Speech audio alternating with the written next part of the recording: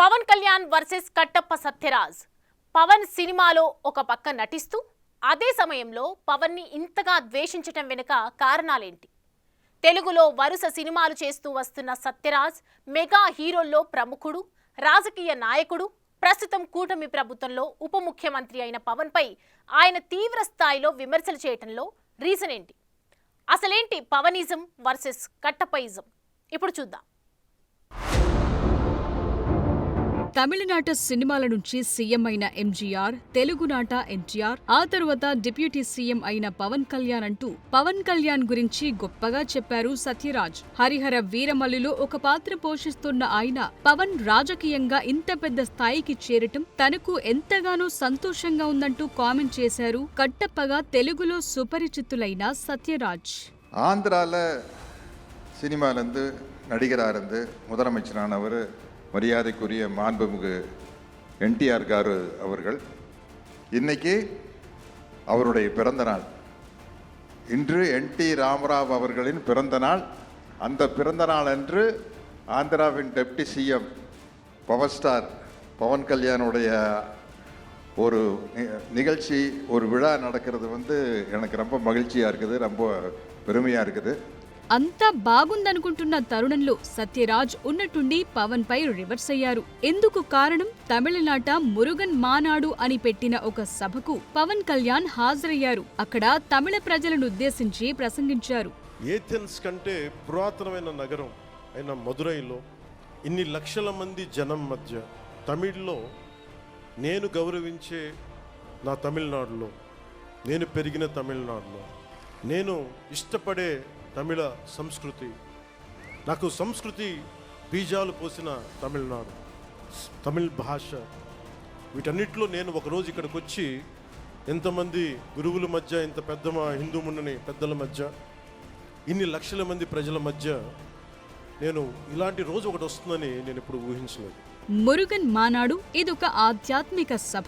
దీనందరూ positive గా తీసుకుంటారనుకుంటే పవన్ తో కలిసి ఇటీవలే ఒక సినిమాలో నటించిన సత్యరాజ్ సడన్ గా ఈ వ్యవహారంలోకి ఎంట్రీ ఇచ్చి సంచలన కామెంట్ చేశారు. బీసీకే అనే పార్టీ ఆధ్వర్యంలో నిర్వహించిన సభలో మాట్లాడుతూ మతం పేరుతో ఓట్లు దండుకోవాలని చూస్తే ఇక్కడ కుదరదన్నారు. పెరియార్ సిద్ధాంతాలు నమ్మే మమ్మల్ని ఎవరూ మోసం చేయలేరని అన్నారు. మీరు పాల్గొన్న సభతో మమ్మల్ని మోసం చేశారనుకుంటే అది తెలివి తక్కువ తనమే అవుతుందని, తమిళ ప్రజలు ఎంతో తెలివైన వారని, మీ ఆటలు ఇక్కడ సాగవంటూ పవన్ కళ్యాణ్ ని ఉద్దేశించి అన్నారు సత్యరాజ్. దేవుడి పేరిట తమిళనాడులో రాజకీయాలు చేస్తే చూస్తూ ఊరుకోమని హెచ్చరించారు. దీంతో ఒక్కసారిగా సత్యరాజ్ వైపు అందరి దృష్టి మళ్లింది. హిందూ కల్చర్ ని తిట్టిటేరంగా, హిందూ గాడ్స్ ని అబ్యూస్ பண்ணிட்டேங்க. That is secularism for them. They don't have the guts to point out any other religion except Hindu dharma. இந்த நாத்திகர் கூட்டத்துக்கு, செக்குலரிஸ்ட் கூட்டத்துக்கு அரசமைப்பு சட்டம் கொடுத்த one great weapon is there. அது என்ன? ஃப்ரீடம் ஆஃப் ஸ்பீச், பேச்சு சுதந்திரம், இஷ்டத்துக்கு பேசுறது. நம்ம கடவுளை திட்டுறது பழக்கமாயிடுச்சு. அவர்கள் கடவுளை திட்டினாலும் நம்ம எல்லாரும் கோவப்படக்கூடாது, கவலைப்படக்கூடாது. ஏன்னா அது பேச்சு சுதந்திரம். அவர் திட்டிட்டே இருப்பாங்க, நம்ம மட்டும் நிம்மதியாக இருக்கணும். ஏன்னா நீங்கள் இந்துக்கள்.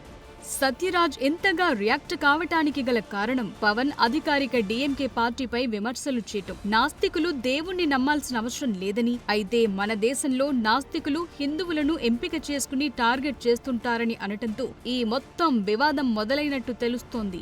What this atheist say, they don't believe in God. நம்ம கடவுள் நம்ப மாட்டாங்க.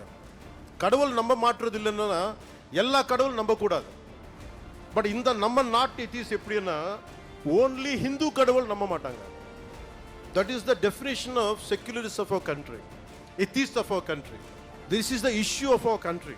செக்யுலரிசம் வந்தது, secularism means no discrimination against anybody in the name of religion.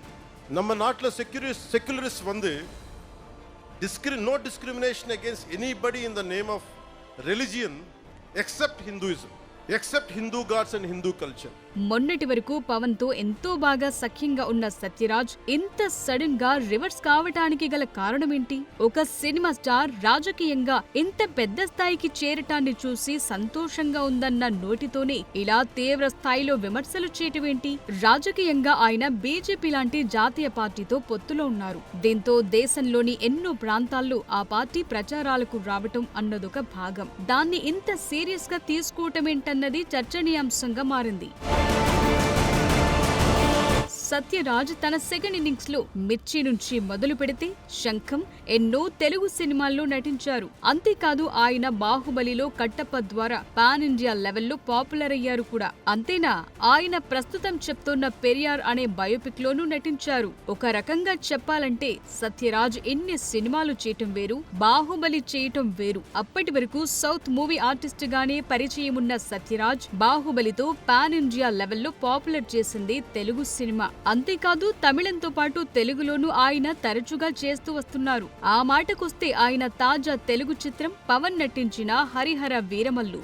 దానికి తోడు పవన్ కళ్యాణ్ తో పెట్టుకోవటం అంటే సత్యరాజ్ ఒక మెగా హీరోస్ కాంపౌండ్ తో పెట్టుకోవటమే. ఆయన గతంలో mega compound hero Sai Dharam Tej movie ప్రతిరోజు పండగే అనే చిత్రంలో నటించారు కూడా. ఒక పక్క మెగా హీరోలతో యాక్ట్ చేస్తూ మరో పక్క మెగా హీరోల్లోనే రాజకీయంగానూ కీ రోల్ ప్లే చేస్తున్న పవన్ ని ఎంత ఘాటుగా విమర్శించటం అంటే తన మార్కెట్ ని తనే కోల్పోవటం అన్నది జన సైనికుల మాట. అందుకే పవన్ తో పెట్టుకున్న వాళ్లు ఇప్పటి వరకు బతికి బాగుపడ్డట్టు చరిత్రలో లేదంటూ సోషల్ మీడియా పోస్టులతో సత్యరాజ్ ని మాస్ ర్యాగింగ్ చేస్తున్నారు. ఒక రకంగా చెప్పాలంటే సత్యరాజ్ చేసింది సాహసమే అంటున్నారు కొందరు. ఎందుకంటే చిరంజీవి దగ్గర నుంచి పవన్, రామ్ చరణ్, సాయి ధరమ్ తేజ్, వైష్ణవ్ తేజ్ వంటి మెగా హీరోల సినిమాలు ఏటా ఏదో ఒకటి రిలీజ్ అవుతూనే ఉంటాయి. వీటి మార్కెట్ విలువ కొన్ని వందల కోట్ల రూపాయల మేర ఉంటుంది. అలాంటి మార్కెట్ గల హీరోలతో సినిమాలు ఓ పక్క చేస్తూనే సత్యరాజ్ ఇలాంటి కామెంట్లు చేయటం వెనుక గల కారణమేంటన్నదొక చర్చ. అయితే ఈ ఏడాది జనవరిలో సత్యరాజ్ కుమార్తె దివ్య డిఎంకేలో అధికారికంగా చేరారు. దీంతో ఆయన డిఎంకేకు వ్యతిరేకంగా పవన్ చేసిన కామెంట్లకు రియాక్ట్ అయ్యారని అంటారు. అందుకే ఆయన తన సినిమా మార్కెట్ ని కూడా లెక్క చేయక ఈ కామెంట్లు చేసినట్టుగా భావిస్తున్నారు.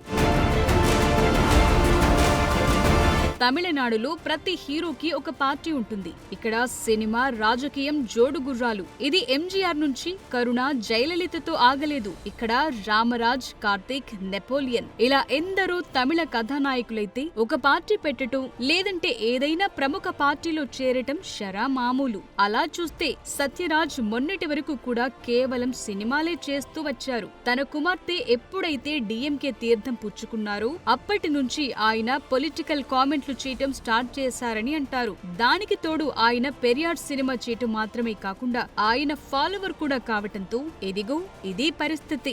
அந்த வெற்றிவேல் முருகனுக்கு அரோகரா, அந்த வீரவேல் முருகனுக்கு அரோகரா, அந்த சூரவேல் முருகனுக்கு அரோகரா. நன்றி, வணக்கம்.